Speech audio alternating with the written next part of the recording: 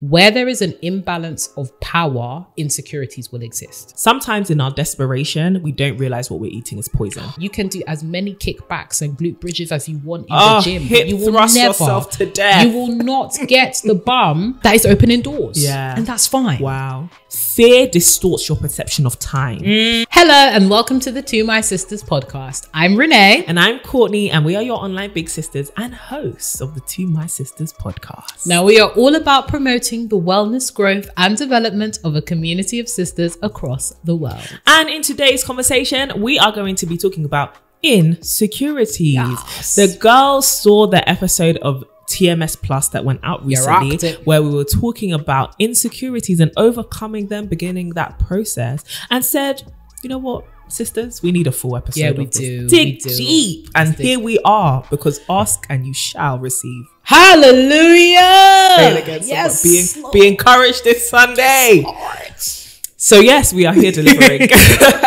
Thank you so much for actually letting us know what it is that you want. So definitely, if you ever have a desire to see something, whether it be on TMS Plus as a short snippet and tips, or you want a full-fledged deep commentary on it, we can do that too. Just comment down below or send us a DM or whatever. Anyway, that's usually for the end of the podcast. But today we're going to be talking about insecurities. Yes. When it comes to overcoming your insecurities, you have to identify where they came from. So today we're going to be talking about why so many of us women suffer from insecurities. I'm excited. Where it comes from, how we can overcome them, and also how to differentiate between insecurities that need to be embraced or need to be changed. Yes. Let's go. Let's get into it. Ooh. If you don't know what TMS Plus is actually, it's not your face saying, oh my gosh, shock. God, that's a scandal. That is a scandal. Not a scandal, scandal. Scandal. Oh my God. TMS Plus is our extra glow and grow tips. Yes, we serve up extra portions of the To My Sisters advice. That's right. Every week, well, twice a week actually. Twice a week on YouTube. So for all our sisters that listen to us religiously on podcast platforms, there is some extra content that you can go and see over on YouTube. So definitely hit that subscribe button, turn on your notifications so you never miss anything. And shout out to all the sisters that have been rocking with us on the podcast platform. Because you'll remember when we used to put out 2 episodes a week. We were talking about this yesterday. When we used to put out 2 episodes a week, we've basically brought back that kind of same spirit of consistency with TMS Plus. So go and check it out. Before we get into today's episode, in true TMS fashion, we have a ding, ding, ding dilemma. We love to see it. Okay, let's get into it. Hey ladies, I appreciate your content so much, all the way from Kenya. All right, I don't have the hello for Kenya. I need to be prepared. I need like a list of all of like how to say hellos from different countries, because I can't be slipping again. Yeah, I hear that. But if you are a Kenyan sister, please tell us how to say hello. Yeah, a greeting. What's the common greeting in Kenya? Like, we wanted to have to say that. Man. We love it. Okay, so I graduated in 2017. Since I knew unemployment here is very high, I was open to getting any job. I had done some small jobs here and there while volunteering, but they never amount to anything. However, things have been very difficult in terms of getting stable employment / a career. I volunteered up until December 2020 when I quit because I was exhausted physically and mentally. And I've been here since 2019. All my friends in my friendship group have stable jobs and are prospering. At this point, I feel stuck when it comes to where my career is headed, and I honestly don't know what to do. Please, any advice? First of all, what actually made me chuckle about this dilemma was the volunteering. So my mum doesn't believe in volunteering. She doesn't believe in unpaid labor. I remember back in the day, I used to be like to my mum, oh, like, I'm thinking of doing this volunteering. How much are they paying? I was like, it's volunteering. I was like, nah, miss me with the volunteering. Oh, that is so funny. But it can be a good way to build experience. Absolutely. But also it can massively tell that to my mum the next time you talk to her, because... No, I'm kind of on her wave though. I know you are. People exploit volunteers. This is the thing. They really do. But at the same time, if you need experience and you're not really qualified... Yeah. It is a great way to build it. Yeah. Good entry point. Sis, I hear you. It is a very difficult time to just be working in general. Yeah. And I don't know what, you know, life is like in Kenya insofar as like employment and all of that kind of stuff. But I do know that it can be really tricky when it comes to getting a job, figuring out your career. And I think the first thing is kind of trying to figure out what key skills you have or are willing to develop that you actually want to do. Because I think sometimes when we think, oh, I haven't got a career in mind, let's start with what you actually do have or what you're willing to develop, as opposed to the career with the big C. Because sometimes it's your skills that open up the doors, or sometimes it's what you're willing to learn that opens up the door to the career, rather than you having to reverse engineer. So actually spend some time by yourself, with yourself, figuring out what am I actually good at, or what am I willing to learn. We have a lot of like really dope episodes where we talk about side hustling and we talk about our own career journey. So definitely check them out if you haven't already. But actually spend some time with yourself figuring out what is it that you like to do and how you actually like spending and occupying your time. And then try and see if you can find any kind of roles or like opportunities that match up with that. I think being very intentional with how you spend your time and how you develop those skills are really, really integral to figuring out what kind of career path you want to go down. And also give yourself a little bit of breathing space. I know comparison is really the thief of joy. And as happy as you must be, and I am for your friends that are prospering in like stable jobs, comparing yourself to their journey will actually not help you. And realize the grass is not always greener. It's crazy because oftentimes we'll be looking at our friends and family and saying, wow, you guys are really prospering. You don't even know if they actually enjoy their job. So for all of the stability, they may actually really hate their jobs. So I would definitely say use them as a resource too. We've done a TMS Plus that talks about the importance of investing in yourself, some cheap, easy ways of investing in yourself. One of the ways was to actually lean into the resources you have around you. So the fact that your friends do have stable jobs or do have careers that you think, I could see myself in, use them, ask them about their experience, use them as your network, because essentially they are. And sometimes we forget that our friends can be that for us. So definitely make use of your friends and make use of those resources. And depending on how much time you do have, obviously there's the financial implication of not having a job and the stress and all of that kind of good stuff. Well, bad stuff, all of that stuff. But spending some time figuring out if you can maybe take internships, or you can take roles that are related to, or if you can experiment really. Volunteering is great, but sis, we're trying to get paid out here. So if you can find open roles and actually dedicate time to ensuring that, you know, your cover letter is up to scratch, making sure that, you know, the experiences that you've had so far from volunteering, making sure that they're articulated well on your CV is super, super important. Maybe we can do, I don't know, maybe a TMS Plus or something later on where we actually talk about like employability skills and making sure that, you know, CV, cover letter, how to actually apply, buzzwords, applications, overcoming algorithms. If that would be helpful, we'll definitely do it. But yeah, making sure that you are in a good place to actually apply for roles as well is really important. So once you've done all of the deep digging and making a use of your network and going to networking events and all of that kind of good stuff, then you can actually start to prepare applications, think about the open roles that are around you right now, and basically shoot your shot. And genuinely, it's a lot, but you don't have to have everything figured out. I think for me, it's the big message there is you don't have to have your life career figured out. I don't know how old you are, you haven't specified, but whatever stage you're at, even if you were late 30s, late 40s, or just starting out, you don't have to have everything figured out just because it looks like everyone else has, because they probably haven't. Number one. And number two, the way that life is changing right now, heck, some people start going to degrees and end up in a job that is so far removed from what they started. Be encouraged. 100%. But I've really rambled. No, you've given everything and more. I love it. The only thing I was going to say was just be encouraged by the fact that just because you graduated in something doesn't mean you have to follow that path necessarily, but 100. Definitely do the work to develop new skills in whatever area you're interested in. And don't be discouraged by the fact that you went to university and you didn't get a job straight away. Unfortunately, that is the reality for a lot of graduates right now. And so working on employability skills, taking time to kind of invest in seeking out your passion and whatever that looks like is really important and is worthwhile to actually do. And I love that you highlighted that the grass isn't always greener on the other side, but also I think there is a need for you to just start carving out your own lane and and sometimes that just looks like planning and goal setting and saying, okay, you know what, I know that this is where I want to be in 5 years. How do I reverse, like you said, reverse engineer that so that I can start right now progressing towards that? And progress can take whatever pace you want it to. Exactly. So definitely be encouraged by the fact that you haven't missed out on anything. Your story is just unfolding. And you just, you need to partner with God to kind of decide on what story that is going to be.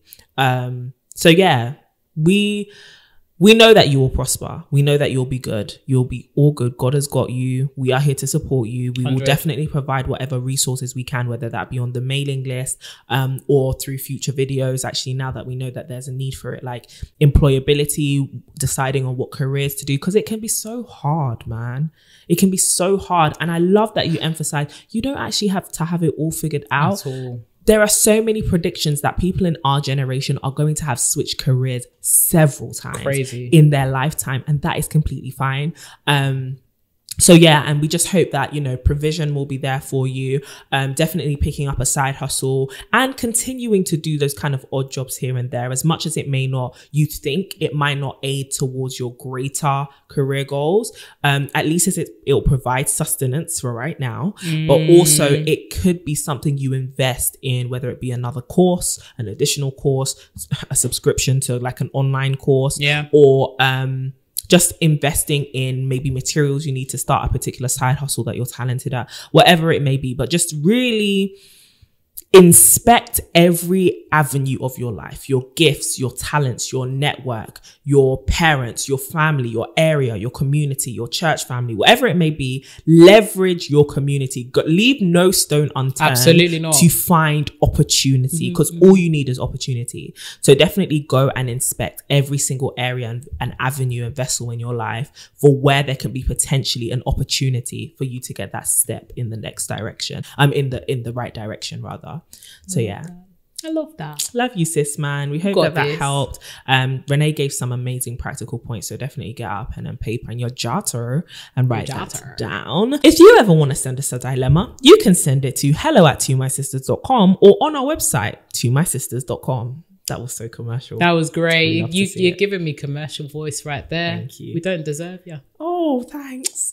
Anyways, let's head into the main conversation. Let's talk about insecurities. Let's talk about insecurities. The reason why I wanted to make that TMS plus on insecurities is it's something that whilst I am glowing and growing, I'm having to confront every single day. Insecurities, a lack of confidence, feelings of imposter syndrome, they all kind of stem from the same place. Feeling insecure, feeling uncertain about yourself and whether you should be confident or whether you have feelings of being good enough. You know?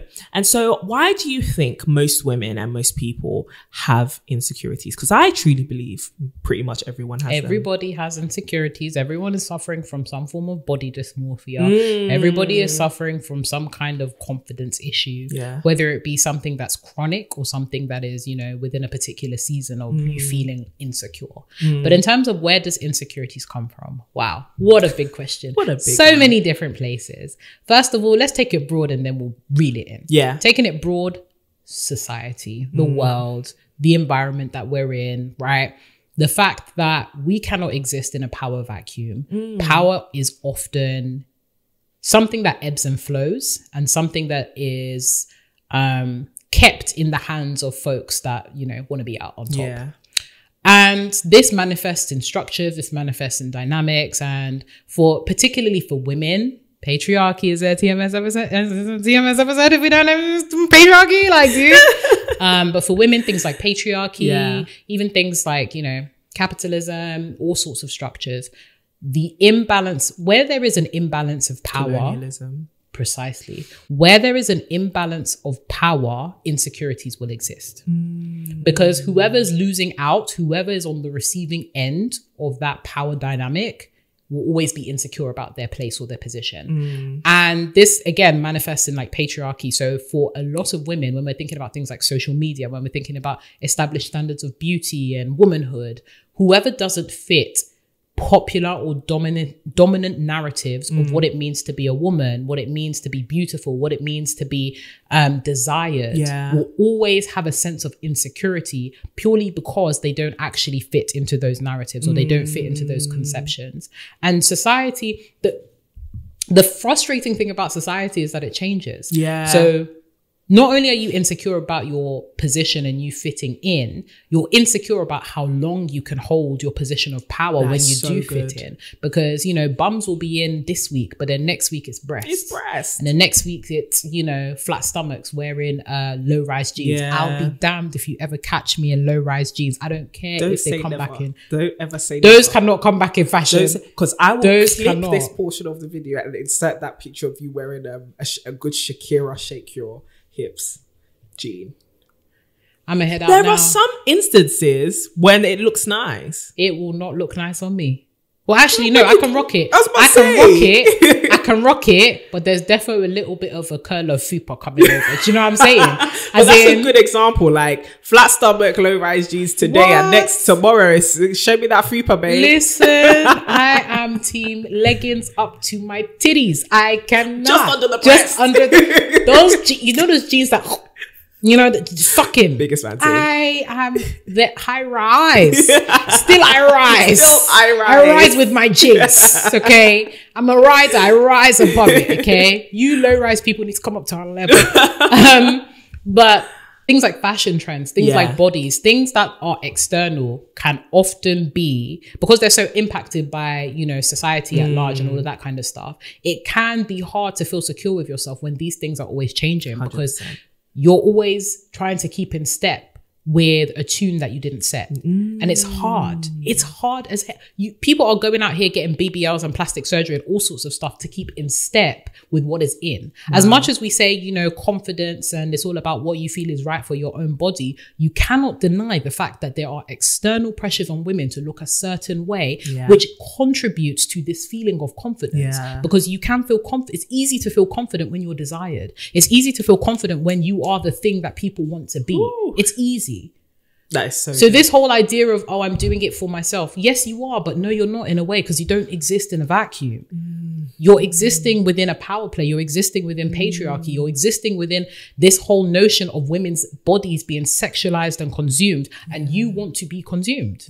And the thing is, it's okay to want to feel desired. It's okay to want to feel consumed. It's a human thing. It's a human thing. Acceptance is a human thing. But we need to understand that sometimes the way it manifests can be unhealthy. Sometimes the way it manifests can be at a detriment to our actual livelihoods. Hence the high, you know, mortality rates for surgeries like BBLs. High mortality rates. Come on. And it's uncomfortable and it's awkward and all in the name of, you know, I'm doing this for myself. But actually, let's not pretend. Let's inspect that. Let's inspect that claim. So definitely societal pressures, definitely structural pressures that are present. And then when we reel it in a little bit, these things bleed into cultural things. They bleed into communities, because what's accepted in one community may be heralded in another community. Thinking about, you know, racial communities, thinking about cultural communities, thinking about even religious communities, right? Thinking about conversations around modesty, right? The classic, I want to be sexy, but I want to be accepted. The classic, you know, I want to be desired by the men in my community or the women in my community, but then I also exist in this wider societal. How do I deal with this? Balancing culture and it's like subcultures. It's precisely this, where in a subculture, this is in the wider culture, this is out. So how do I balance that? And then taking it in even more, a notch. We're thinking about smaller communities. We're thinking about family units. We're thinking about our friends. What's in with our peers right now? What's in with our, you know, our families, our extended families, you know? What do our aunties and uncles think of our behavior or the way that we dress? All of that stuff is literally feeding into people's insecurities and then taking it even narrower to ourselves. Sometimes we create and feed our own insecurities. As a result of listening to all of these different voices, we have compiled this mega voice in our heads that tells us we are not worthy. So as a result, all of these different things, I think of them as like mini monsters coming together to become the final boss. Oftentimes we do it in reverse, right? We think that the final boss is everyone out there when the final boss is you. You have been consuming you have been consuming all the content that tells you you're not worthy. And now the monster, the biggest monster that you have created is you. Because when you go to sleep at night, when you shut off the laptop, when you stop talking to your friends or family, when you stop, but your insecurities continue, that's you. Oh, Renee. That's actually you. Wow. But yeah, I've rambled, but what an excellent, excellent summary. I'm very, very, because insecurities is something that's really dear to my heart because I have had a lot of insecurities in my past. And right now I feel like I'm in a space where I've addressed a lot of them. And whilst I can't say that I still have insecurities. I think it's so important that women, especially women, are told and nurtured how to love themselves properly and how to do away with the feeling of being lesser than or inferior. So I love that. I love that because it really is, like you said, a multidimensional issue. You really have these external forces that are pressuring you to feel accepted, telling you what acceptance requires. And then you have that internal monologue of all those internalized voices and now all the voices from your childhood to the media to what you learned in school.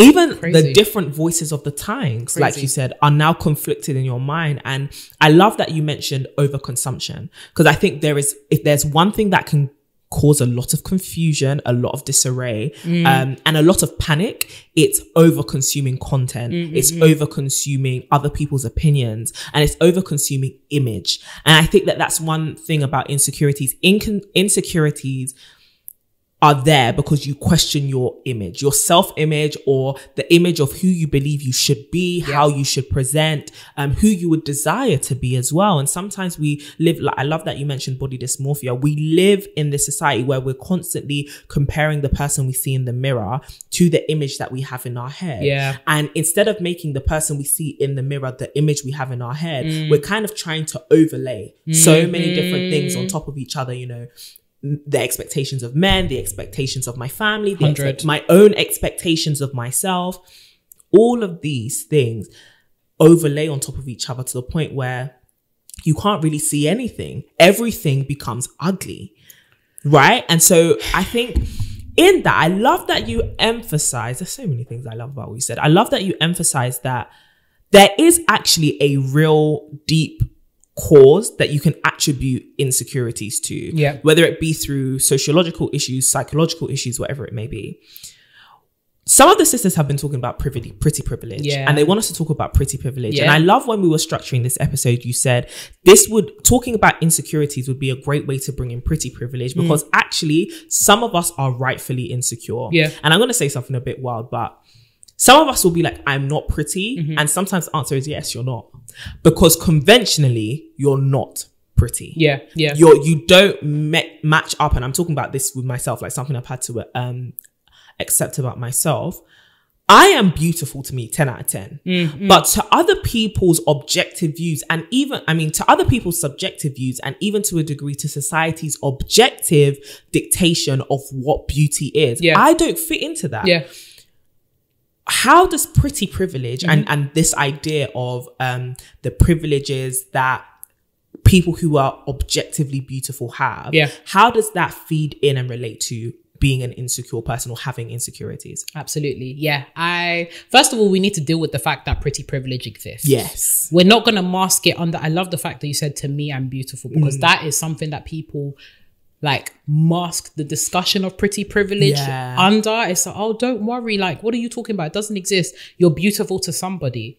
Well, actually That's nice, but you're not conventionally beautiful to we need everybody. to problematize that. Let's problematize it, because listen, there's folks out here, no, you know, everybody's beautiful. Everybody is beautiful, but some people are beautiful in the sense of there is a real power dynamic in society that exists when you are classified, when someone attributes beauty to you externally, right? So let's just get that out of the way. You know, that pretty privilege does exist.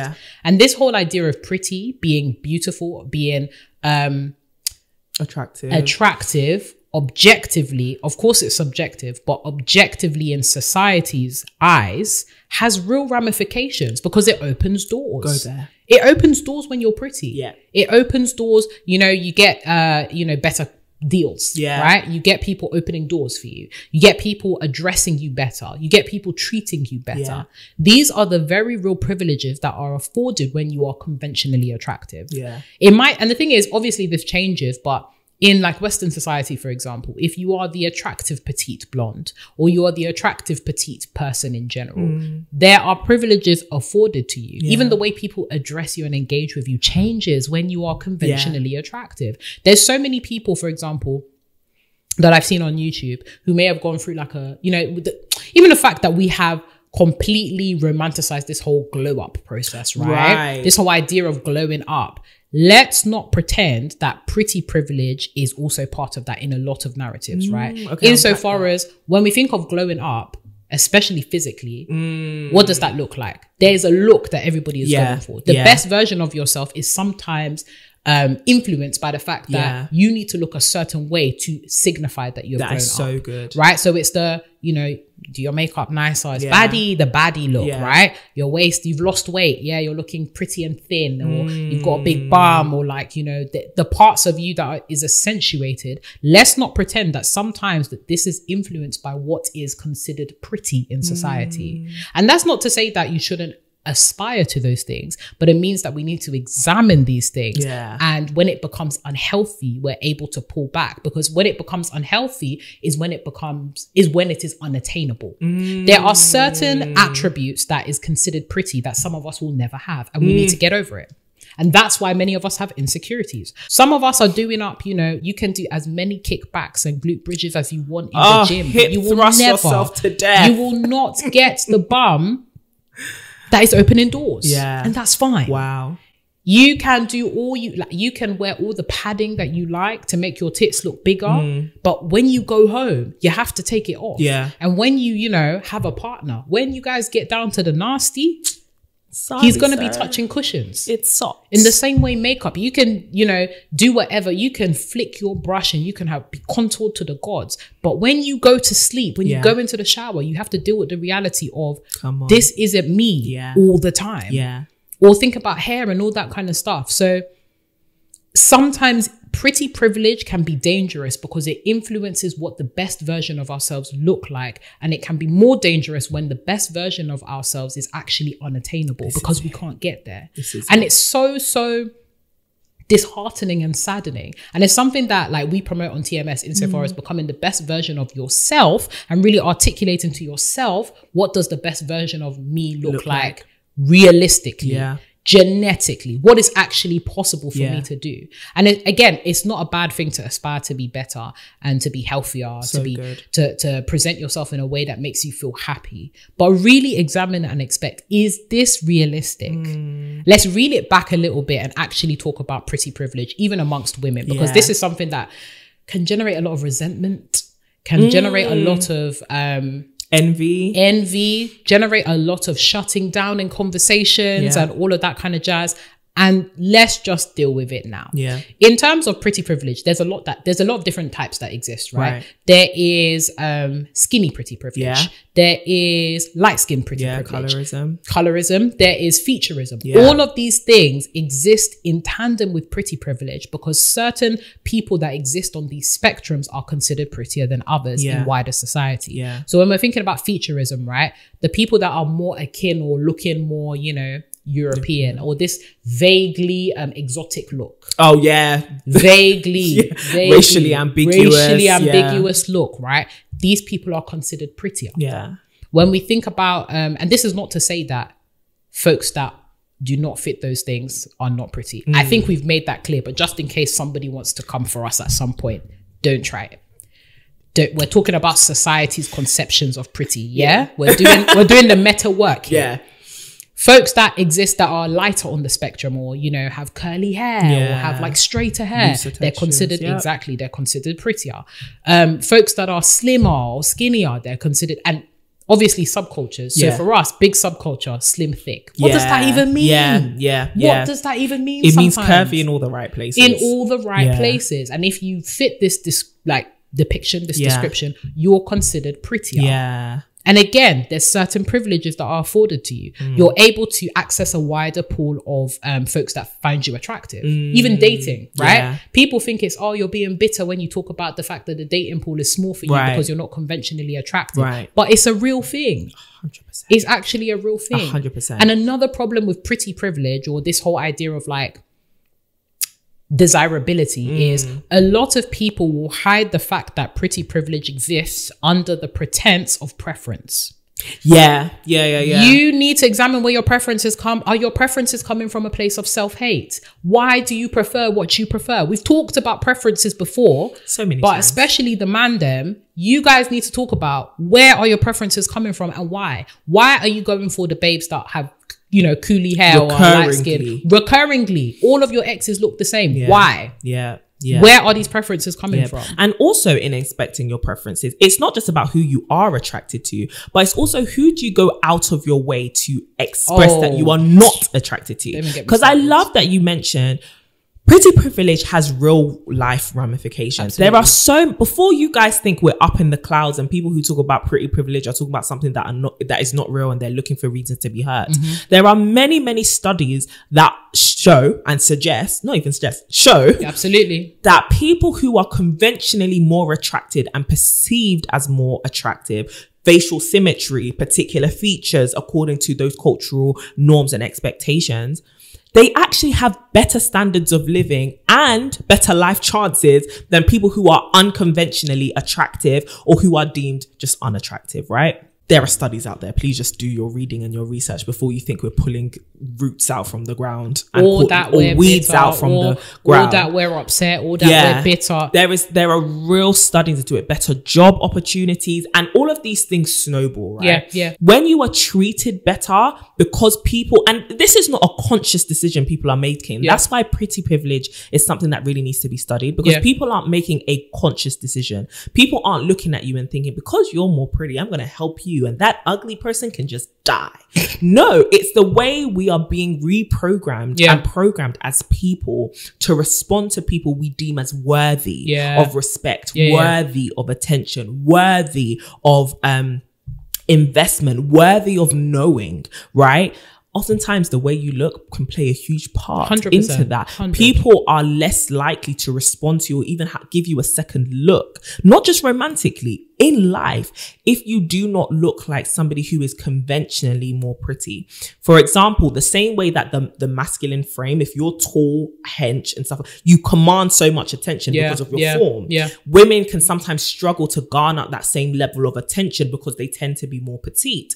It's the same way if you are somebody who is conventionally more attractive, people take more notice of you and they therefore tend more to your needs and listen to you more than if you are conventional, you do not fit that conventional archetype of beauty. People tend to ignore you a lot more, and that can even lead to you being ignored in very important and necessary avenues that are not romantic, because your body is othered. Your body is seen as unworthy of attention. Your body is seen as not delicate, not fragile, and you often see people who are not conventionally beautiful on the receiving end of so much abuse. And that's why even if we can sit on here and be like, do the internal work, learn to love yourself, acknowledging pretty privilege is super important, because I love how you mentioned the idea that we have about the glow up and the person who is like glow up's final form. You would never see somebody like Lizzo being a picture like that. Though she's so content in how she is. She's so confident. Sis is so rich. She's living her actual dream. But people wouldn't put that as the poster child for beauty. Yeah. For example, Yeah. they will use her as exceptional confidence because the framing is, and as a plus size woman, I often get that. Oh my God, you're so confident, because I choose to exist without insecurity or without fear. Mainly people kind of see that exceptionalism of, oh my gosh, how can you be so content looking how you look? How can you be so content being how you are? That's it. And that's why we said in one of our episodes, loving yourself is such a radical thing these days. Radical things, because people think if you don't, and I'm not saying this to not be sympathetic. I'm actually saying this in order to be sympathetic with people who are like, actually, it's easier for me to try my best to adhere to this image of beauty, because I'll be able to navigate through life so much easier. My chances of getting a spouse will be so much easier. And so whilst we sit here and we do highlight the very real dangers of surgery, and we do to a degree advise against it, like cosmetic surgery and aesthetic surgery, I get it. I get why the sisters are on the tables. I get why they're doing the fillers. I get I get it so much, because life to a degree could seem to become easier if you subject yourself to these things and go for it. 100. Sadly. Yeah, it's really sad. Honestly, it's really sad. But then in talking about that, and especially like the surgery aspect and stuff, there's an aspect of the insecurity conversation that most people have, like even ourselves. Learn to become confident, learn to do that work, unpack where you got these insecurities from, etc. But on the flip side, there are examples that we have even lived of insecurities that we actually change. Right? So for example, as a plus size woman, I do often tell myself, learn to be confident in your body, and yet I do still have a weight loss goal. You know? So how do you balance acceptance and actual pursuit of change? So I think firstly, understanding that they can coexist is important, because many people think that if you change something, you didn't accept it. They're not mutually exclusive. You can accept something and also seek to change it. And I think we just need to get over it. We're complex human beings. Like accepting how you are, like we've talked about this between us insofar as you can't change something effectively from a place of self-hate. You have to be able to change effectively from a place of love, because that's what's going to sustain the change. So I'm similar in the sense of I have a particular like health. I'm very health oriented in the sense of I have particular goals for myself. Whilst I have goals for myself, I'm very comfortable and happy in my body. Like I think I'm the bee's knees. I think I'm sexy. Come on now. I think I'm cute. And even saying that for a lot of women is so radical, because we're so used to confusing self-demotion as humility. It's like, oh no, I'm not that pretty, I'm not that cute, because we're looking for validation from external places so that we look humble when we're out here and we're not confident. Because again, confidence is seen as a masculine trait. You have to get a masculine voice or an external voice to come and tell you that you're cute. We're done with that here. We're actually done with that here, because that always changes. What was in today will not be in tomorrow. And if you allow those voices to be the benchmark as to how cute you are, how sexy you are, how pretty you are, how confident you feel, tomorrow you're going to have a heart failure.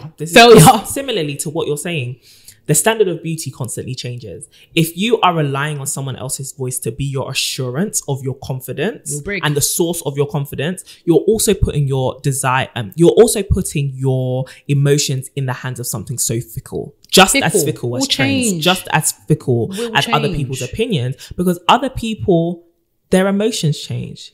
And if I see you today and I don't compliment you because I'm having a bad day, now your emotions and your confidence is shattered. And it's just like, get over the fact that you're not that important in those people's lives. Say it again. Get over it. Because it's like, oh, you're pretty. I can say somebody is pretty and move on with my day. I'm not thinking about that for the rest of my day. I even said it. Forget it. It's actually like not that deep. Understanding that you are an evolving character and you're allowed to evolve is important. But acceptance of your current state and understanding and loving your current state will serve you so far better, because it's actually a source of strength. So even the way you conceptualize it, when we think of things like health goals, right? Rather than saying, oh, I'm this, I'm that, I'm fat, I'm ugly, I need to change. Say, because I love myself, because I love the way I look, it would serve me better if I did this. Yeah. Especially when it comes to like weight loss, because I know it's such a touchy subject for women in particular. And it's something that I'm really, really passionate about, because when it comes to like diets and image and all of that kind of stuff, women are doing the absolute most to look a particular way. No, we addressed it in one of the other 100%. TMS pluses. You guys need to let go of that apple cider vinegar right now. Whoever's taking the shot, put it down right now. Cayenne pepper, I don't want to hear it. Military diet, I don't want to hear it. Eating 2 eggs a day, I don't want to hear it. How can your diet be 2 You would be shocked and disgusted to see some of the things on YouTube. All of this, eating 3 salads a day. I know you're upset and hungry. You don't have to live this way. I know it's only somebody that hates themselves that can be eating this. You're eating irritable. 1 salad in the... You're putting your hormones and your body at risk. And that's how I know you don't love yourself. Because some of the ways that you also go about changing yourselves are actually risky. This is it. If you loved yourself, you would be looking for the safest and healthiest way to implement that change. But instead, many people are killing themselves in the process under the belief that they're showing themselves love. And under the guise of short-term discomfort. Short-term discomfort. It's only, you know, I've got to be able to sacrifice now to be able to enjoy later. But your sacrifices now are going to kill you. How will you enjoy later if you're dead? How do you enjoy later when your hormones don't work? If you really loved yourself, if you really were committed to glowing up and really changing yourself, you would be committed to the long haul. But because many of us are committed to the short term, 30 days of fitness or 30 days of doing this, or whilst it's a great start, it can't be your longevity. No. That can't be your journey. That can't be your life. Process is hard. Process is difficult. And part of treading that balance between accepting and self-love, you know, all of that kind of stuff with change is understanding change takes time, and that's okay. Because if you accepted yourself now, then you'd be willing to see out the change over a longer period of time. But some of us are not. We want to, tomorrow I want to be sexy. Tomorrow I want to look like this babe with the BBL. And many of us are even following foolish things online in the pursuit of these things. Are you really going to be following a glute program from someone that got a BBL yesterday? Sis don't even follow her own glute program. Sis ain't never done a squat in her life. Ever. Or she's doing it for maintenance. There we go. It didn't get her there. There we go. It did not get her there. You are following, and we spoke about this in one of our other episodes. If you are going to have people influencing you, let those that influence you actually have fruit. Some of them don't have fruit. They have the appearance. They have a picture of the fruit. They have a picture of the fruit on their front hallway, but it's not real. It is not real. And I love what you said. I think you said it in the last episode, which is sometimes in our desperation, we don't realize what we're eating is poison. Please do not get to a point where you're so desperate for acceptance, so desperate for companionship. And that's why we always, like you said, emphasize self-hatred, fear, all of those are terrible motivations for aspiring for a relationship or desiring to get healthier, whatever it may be. Because you'll be in haste. Fear distorts your perception of time. That's good. Like the fact that you're so scared that I'm so fat, I'll never get into a relationship. You want to snap and you want to, you know, transform your entire body in the next 90 days because you think you don't have time. And this is one of the best expressions of self-love that you can really give yourself. And one of the greatest things you can bring yourself to understanding of is no one is chasing you. Whilst your friends may be doing X, Y, Z, and while society may be telling you by this age, like for example, I saw a tweet ages ago, like years ago, that was like, listen, if you're 21 now and you haven't got your like skinny body, give up. You're not going to get it. And I remember thinking, I'm 22. That's it. That's it then. Oh my God. Catch you on the other side. Catch you on the other side. Jesus, take me now. I'm useless. That's it. Don't let other people put timelines on you. Nope.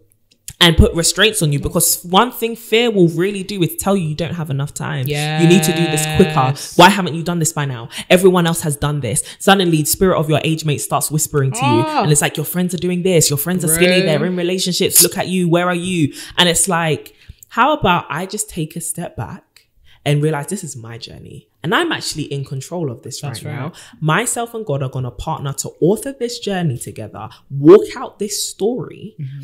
and actually go through a process that, like you said, a process that shows me that I love myself, a process that shows me that I can have patience with myself, that I can be disciplined, that I can have self-control, but also that I can be kind and I can be gentle. Why don't you work on also demonstrating those things to yourself and cultivating them in yourself? Because a lot of us use our marker of whether we're a good person as how do I treat other people, but actually a good indicator is how do you treat yourself. That's good.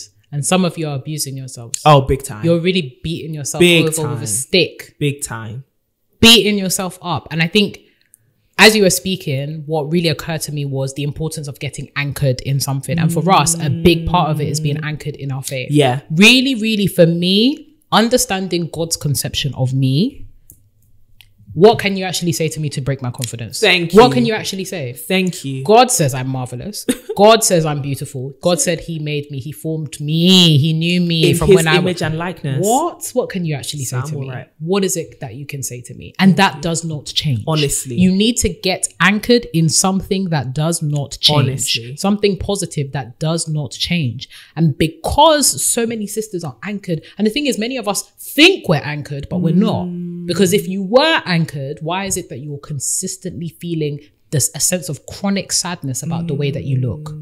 That's not normal. It's not normal to be insecure all the time. We have normalized insecurity as humility. Especially as women. It's like you said, yeah. We have normalized it. I'm so done with it. Yeah. Do you want to spend the best years of your life worrying about what other people say about you? Do you want to spend the best years of your life afraid and cowering away because somebody doesn't think you're pretty or somebody doesn't think you're beautiful? You think you're not beautiful. And I'll be damned if I stand in my own way.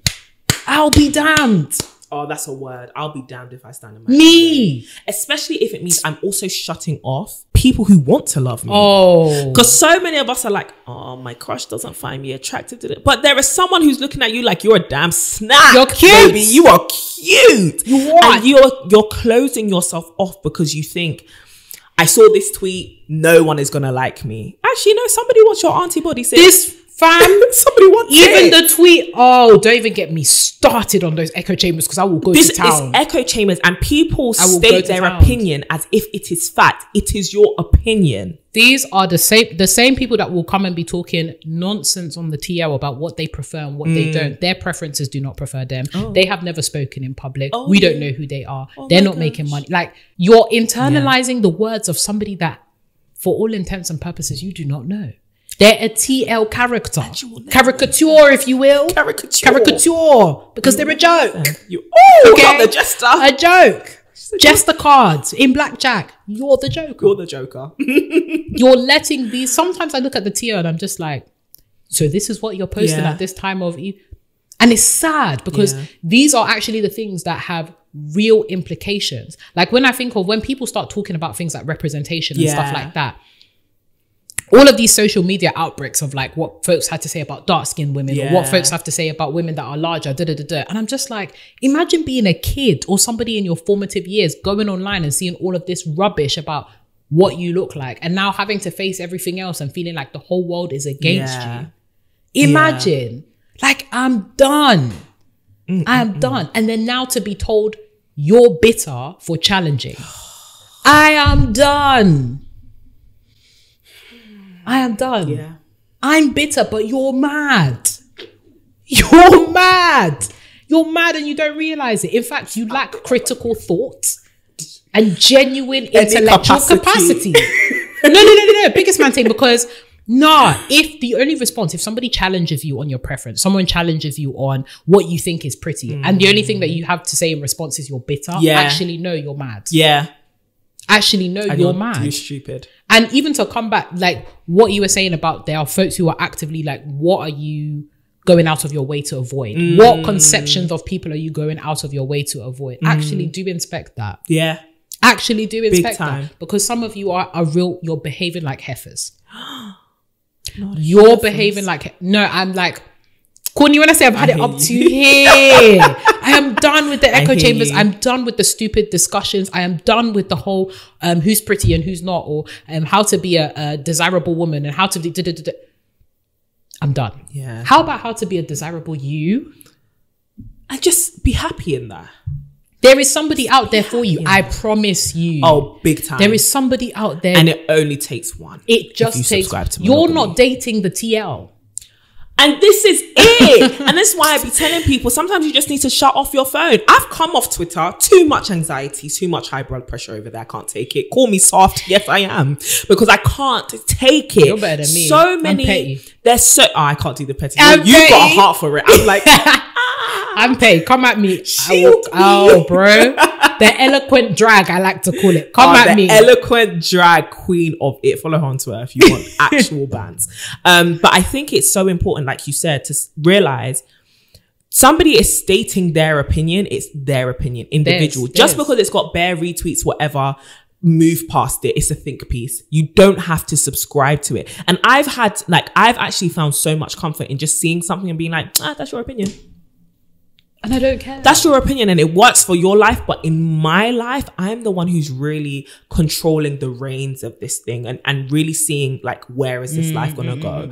And one thing I refuse is to let other people who are so bold and confident in their opinions take away my ability to be so bold and confident in my existence. Because that is one thing that social media can really do to you. You validate people and you give them the more room to think of themselves more highly. When you say, because of your opinion, I can no longer exist in confidence, right? What? Become more confident in the fact that what you say basically is law. And now I'm going to shrink. No, the same way you have the boldness and the effrontery and the pure audacity to spew such idiocy and stupidity on the TL, I'm going to be that radical in my existence. I'm going to be that radical in my pursuit of happiness. I'm going to be that radical in actually the attainment of my own goals and becoming the person I want to be. Because clearly you think you're the bee's knees. I too will start to think I am the bee's knees. Oh, and just really quickly, to check all the sisters that have been perpetrators of the internalized misogyny, because you guys thought that you could get off scot-free on this. It's you, in fact, for the issue. It's you. You're the problem. It's not just the mandem that we're directing this out, because there's also the women who are perpetrators of this same thing, whether it be towards yourself or to other people. Many of you are not supporting or standing up for your sisters. Many of you are staying silent on these issues. Your silence is complicity. Many of you are staying silent because these issues are not in proximity to you, or because you benefit. Because you benefit. You're benefiting. There you go. You're benefiting, and you're only entering the conversation as a pick me. This is it. You're entering the conversation because you know that you have power here. I implore you to really think about your position here. Listen, TMS community is really all about community. It's really about sisterhood. It's really about uplifting women, all types of women. This whole pitting women against themselves, this whole featureism, colorism, this whole whatever ism, leave it at the door. It doesn't exist here. We're not doing that. We're not pitting women against each other. We're coming up together. And if that's too radical for you, this might not actually be the community for you. It might not be the space. And I love that you mentioned that, because I think a lot of the time these conversations end in, women never want to be held accountable. Oh, no. Oh. We're holding women accountable to their goals. What we won't let you do is dictate to them what their goals should be. You better. And that's the problem, right? People want to dictate, you should look like this, you should act like this, you should be like this. No. How about you go and inspect? No. How about you go and inspect what you should be in your own uniqueness? 100. What will make you happy, and what will also align to, like you said, for us being anchored in our faith, what aligns to the way you were created to be. You were created in your uniqueness for a purpose, right? We can't rob you of that so that you can satisfy the opinions and the desires of people and wider society and all these other factors we highlighted, or Renee so perfectly highlighted in the beginning. But once you discover that, once you discover the woman you want to be or that you should become, once you discover the way you need to and you want to serve community, we're going to hold you accountable to those marks you have set yourself, to those goals you have set yourself. That's what we're holding you accountable to. But so often, especially with women, because our bodies are often objectified for consumption, people feel as though they should dictate to us, this is what you should be and these should be your goals. No. So I can consume you. Well, we're not doing the whole bodies for consumption. Okay? No. Even with it jars me so much, Courtney. Even when we think about like body goals, right? We think of body goals and glow up for consumption, but not functionality. Never functionality. Some of you are looking petite and, you know, slim, thick, but you can't run up the stairs. Your heart is about to give way. Your ovaries are screaming at you because your hormones are all in flux. Some of you are skinny, looking nice and round and thick, ain't seen your period in 6 months. There are so many things the female body actually needs to be able to function, and you're taking away, like you said, its functionality and its practicality for aesthetics and optics. For people who are not coming to breed you, for people who are not going to give you a single penny of their money either. Listen, sis. Leave it out. Are you actually divest? I'm coming to do slim thick for who? Especially Harry at the bar. And I'm going to have to deal with those ramifications, right? The girls that are getting BBLs. Look, unfortunately, the lives that have been lost, or the fact that people now cannot function in a healthy way, in the things that you may have taken for granted, your ability to walk, your ability to have security in the idea that once you sit, you'll be able to get up, or the fact that your legs move and you can walk. All of these things are now stripped away from you. Why? Because other people's opinions began to rule your life, right? And as much as, like, I love how you highlighted, whilst human beings, we are complex, and yes, you can want to do something for yourself, but also you wanting to do it for yourself is oftentimes informed by other people's opinions around you, and other people's language and desires have now become your language and your desires because of their influence on you, not because it came out of you from nowhere. So yeah, sis, man, just really inspect your motives. You have to and realize that people are mad. Sick, even mad. Well, everyday humble women. Can you not rest? And that's another aspect of it. Like, I love that you said insecurity is not humility. It's not. It's really not. Run your own race. Run your own race. Do your own thing. Honestly, run to the beat of your own drum. You cannot allow external forces to have power over the way you conceive of yourself. So good. No longer. They can influence to a degree, because we're not stupid and we're not dumb. We know that if you're trying to pull certain types of guys, or if you're trying to pull certain types of things, then okay, you got to play the part. 100. And as we've stated in the beginning, there are wider dynamics at play, as we have addressed in Pretty Privilege. But in this life, you've got to enjoy, and you've got to enjoy yourself. Some of us will not hit, fam. I remember being so insecure. I wouldn't like to dance in front of people. Heck, I didn't even feel comfortable eating in front of people. Now, what? Let me enjoy. Let me chop my burger in front of folks. Let me go and dance with my friends. Like, this is what life is all about. Living to the fullest and really feeling like a present person, and not always having to guard yourself when you're outside or doing things with people. Imagine that kind of life. And if you have to imagine it, that's a shame, because you should be living it. You do not have to apologize for your existence. Sis. You don't have to apologize. Stop it. Yeah. Stop it. I don't know who we're talking to today. Stop apologizing for existing. Go out and live. Yeah. Go to the salsa dancing class. Go and shake your bum a little bit somewhere. Go outside. Go and do your thing. So honestly, we do hold women accountable, but we're holding women accountable to their own goals. I love that you said that. I love that you said that, because there's too many people out there. Yeah, you holding women accountable. Women need to be humbled. You need to go and deal with your deep misogyny and realistically your mother issues. Because in all honesty, no. A lot of men, this whole idea of humbling women, this whole idea of, you know, trying to get women on par, hold them accountable. There's somebody in your life you need to go and address. Stop projecting. A lot of projection is going on. Okay, I'm done. Well, she said what she said. I said what I had to say. We'll definitely create an episode of Mummy Issues. Because, I'm ready to go to town on that one. Some people need to be I'm addressed. ready to go to town on that one. But we hope that this episode has helped you. Thank you, Renee. Thank you, Courtney. Thank you. That was excellent. Excellent. We tried for that one, Sha.